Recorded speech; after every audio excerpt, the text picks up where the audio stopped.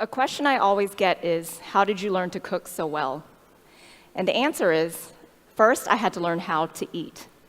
In order to become a better cook, you have to become a better eater. And what I mean by that is you have to exercise your palate. As a child, I actually hated eating. I thought it was a waste of time, and my mother described me as ham chơi, and translated from Vietnamese, that means always wanting to play. So I'd much rather play with my toys. I thought eating was a waste of time. And every time my mother called me to the table to eat, I would pout, sometimes cry, pick at my food, and take over an hour to eat just a small bowl of rice. Sometimes my mother would get so frustrated that she would threaten to hit me with a table leg. It wasn't that the food was bad. That's not why I didn't like to eat. In fact, on the contrary, my mother was a very good cook. Among all of her friends, she was known to make the best Vietnamese beef noodle soup, or pho. And for Cultural Day at school, my mother laboriously wrapped and fried 100 spring rolls for my school. And all of my classmates and my teacher devoured those all up. Perhaps I didn't appreciate food because I didn't know how much effort and work went into cooking the food. My mother was very overprotective of me. I grew up as an only child, and she didn't let me help her in the kitchen at all. She would tell me to stay away from the sharp knives or get away from the hot stove, so I didn't learn to cook with her. My mother actually died when I was 14, and she left me no recipes, and I regret to this day never having learned to cook from her. At the time, it was a very difficult time for me, just not only being 14 and going through adolescence and losing my mother, and all of a sudden her food, what I think really was part of my childhood, was also gone.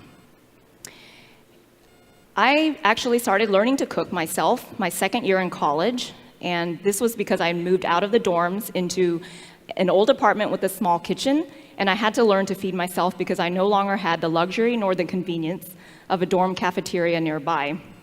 So I had to eat, and so I had to learn to cook. And up until this point, I could only make 3 things. 1 was instant noodles, 2 was frozen pizza, and 3 were eggs, fried or scrambled. So I guess I could make 4 things, but I couldn't even, for example, steam rice in an automatic rice cooker. I didn't know how to measure the water. I didn't really understand how a rice cooker worked. So you can imagine I was the bane of Asian parents everywhere. And this also gives any of you that don't know how to cook hope, because not that long ago I didn't know how to cook, and now I cook pretty well. But anyway, so I had to feed myself, I had to eat, and so I had to learn to cook. I went to a bookstore and bought a used cookbook. I bought a cheap set of knives, pots, and pans, and I started reading these recipes word for word and trying to execute these recipes in my small kitchen, and at the same time trying to understand the fundamentals of cooking through the process. Of course, I botched a lot of dishes during those first few years that I'd learned to cook. For example, I tried to make wonton soup, and all of the wontons burst open in the broth because I didn't know how to wrap them correctly. Another time I tried to make fried rice, and instead of using old rice, I used freshly steamed rice. And yes, I eventually learned how to steam rice, but I used fresh rice out of the rice cooker. And instead of using a wok, I cooked it in a small skillet. And so by the time I was done, it looked like congee had exploded all over my stovetop. My mother may not have taught me how to cook, but she did instill in me perseverance. And I didn't give up cooking, no matter what, even though I was pretty bad at it.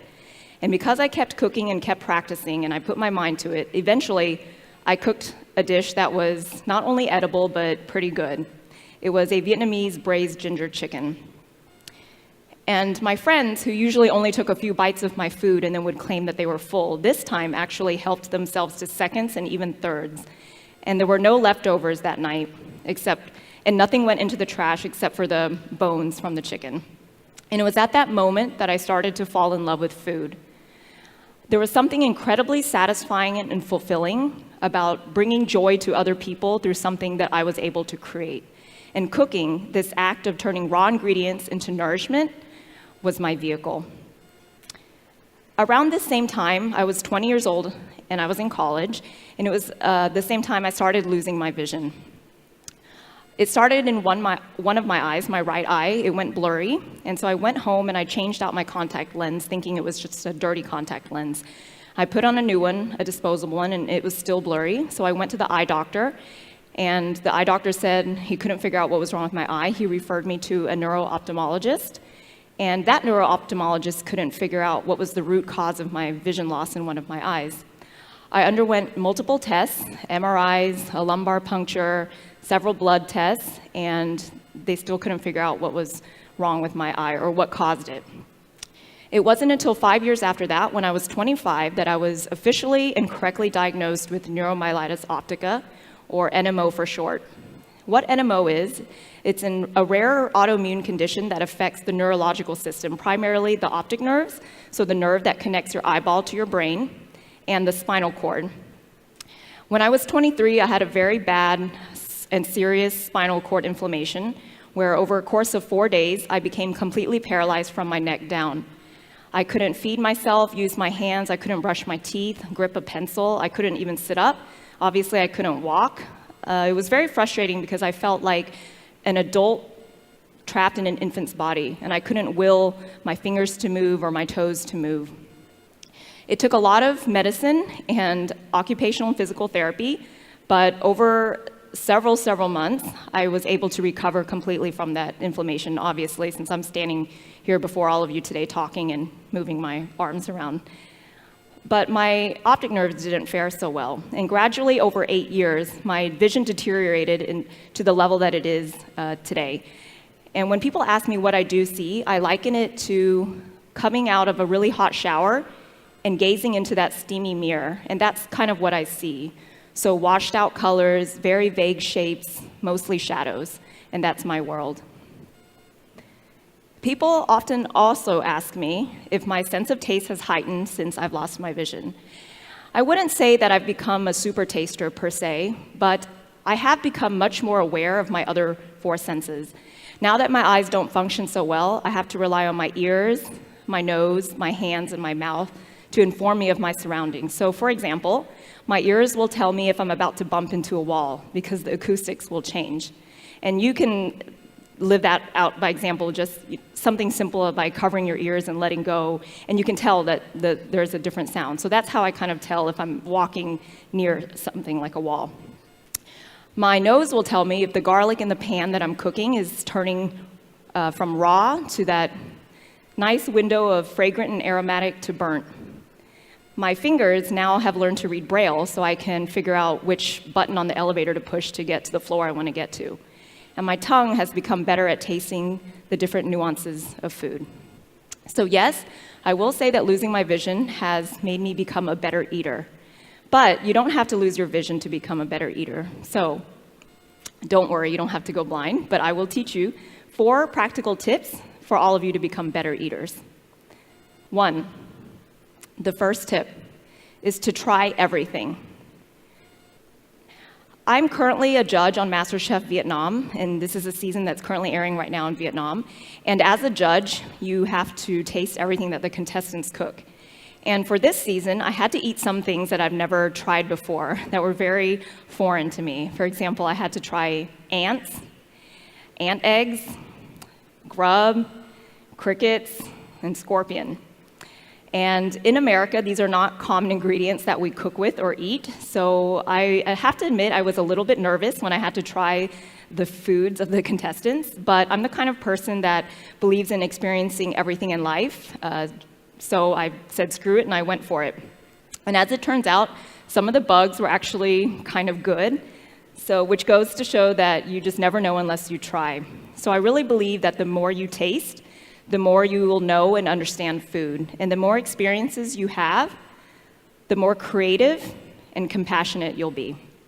So that's 1, try everything. Number 2, try everything twice. Even if you didn't like it the first time, you need to give it another chance. For example, when I was in college, I tried raw tuna for the first time. I didn't grow up with the luxury of eating sushi, so I've never had raw fish before. And the first time I had it, I was uncomfortable. I didn't like that it was cold and slimy and it tasted fishy. But a year later, I tried it again, and surprisingly, I fell immediately in love with sushi. And today, sushi is one of my favorite foods. So that also shows you that you just never know unless you give it 2 chances. So to be fair, try everything twice. Tip number 3, Always be in the moment when you eat. Get rid of distractions. When you eat, whether that means turning off the TV or putting down your phone or simply closing your eyes. Get rid of other distractions. And that's kind of how my vision impairment plays into how I've become more in tune with my palate, is because I've had to rely on one less sense. So I'm not distracted by the visuals of a plate or a presentation. I really involve myself in the flavor. So when you take a bite, close your eyes and think about what you're putting in your mouth. Taste the flavors. What flavors do you taste? Sour, sweet, umami, salty, bitter? Taste the temperature. Is it hot, cold, cool? The texture, crispy, crunchy. Think about the visceral reaction you have to this food. Does it evoke a particular emotion or memory? And just be in that moment. You become a better eater when you're fully aware of what you're putting in your mouth. So take the time to eat slowly and to think and feel. And actually, that's probably how you should do everything in life, is just be self-aware and be present in the moment. Last but not least, my fourth tip on how to be a better eater is to travel. The first time I ever went to New York City, it was during a spring break trip in college, and that's when I started falling in love with traveling. Having grown up in California and Texas, New York was like a completely different country to me. The weather was cold, the subways were crowded, the food was expensive, and the streets were pretty smelly, but I loved it because I loved being able to experience a completely different culture from my own, and that's why I think traveling is very important. It keeps you grounded and not feeling like you're the center of the universe, I guess, and what you know is all that exists out there.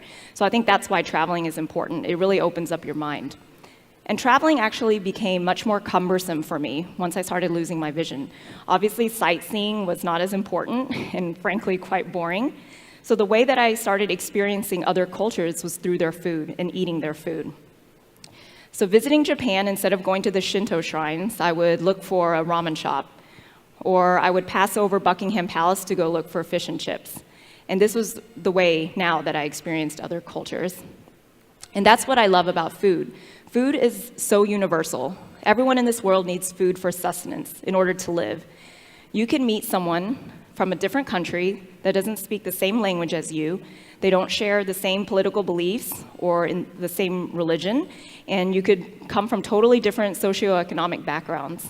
But you both can sit down together and share in a meal, and that's what all humans have in common.